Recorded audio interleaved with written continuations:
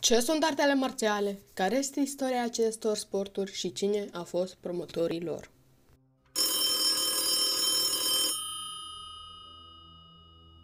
Artele marțiale se referă la o mulțime de sisteme de antrenament pentru luptă, aranjate și sistematizate de-a lungul timpului.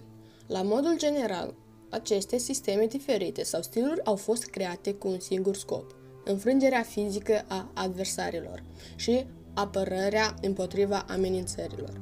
De fapt, cuvântul marțial derivă din numele Marte, zeul roman al războiului.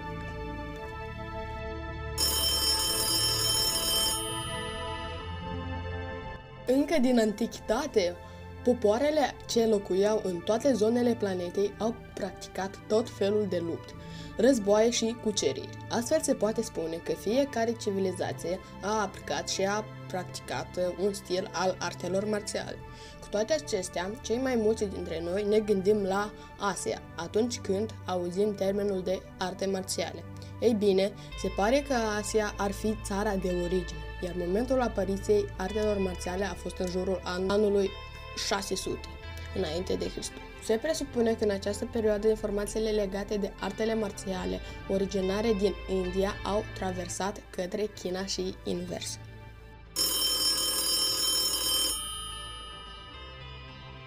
Conform legendei, un călugăr indian, Bodhidharma, a ajutat la transmiterea stilurilor Chan, originar din China, și Zen, originar din Japonia.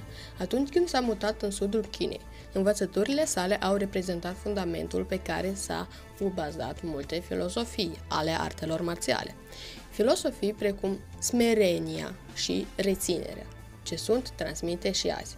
De fapt, sunt mult mai mulți care l-au numit pe Bodhidharma inițiatorul artelor marțiale Shaolin.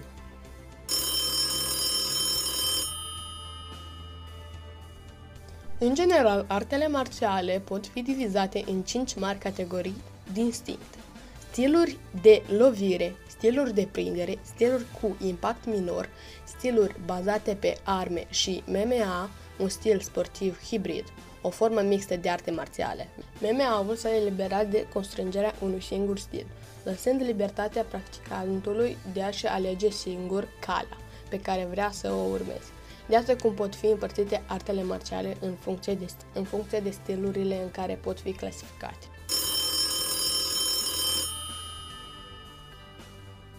Stiluri de lovire: boxing, karate, krav maga, kung fu, kickboxing, taekwondo, stiluri de apucare și lupte la sol, jiu-jitsu brazilian, sambo rusesc, shoot fighting, wrestling, stiluri de aruncare și doborâre, aikido, judo, hapkido, shuai jiu, stiluri bazate pe arme, iaido, kale, kendo, stiluri cu impact ușor sau mediativ, bangazuan, tai chi, qigong,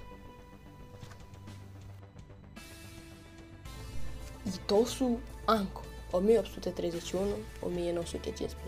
cel care a fost considerat bunicul karatelor. O viață întreagă a muncit pentru a crea katas și forma simplificată pentru studenții cu foarte puțină experiență. Astfel și prin multe alte activități ale sale a fost lăudat, deoarece a ajutat la obținerea unei acceptări mai extrem a artelor marțiale. Bruce Lee a fost o persoană importantă în artele marțiale, nu pentru abilitatea sa de a juca în filme cu audiență și în seriale de televiziune, ci pentru faptul că a fost un inovator în artele marțiale. El a fost capabil să recunoască lucrurile care nu funcționau în artele marțiale și să găsească niște tehnici mai eficiente.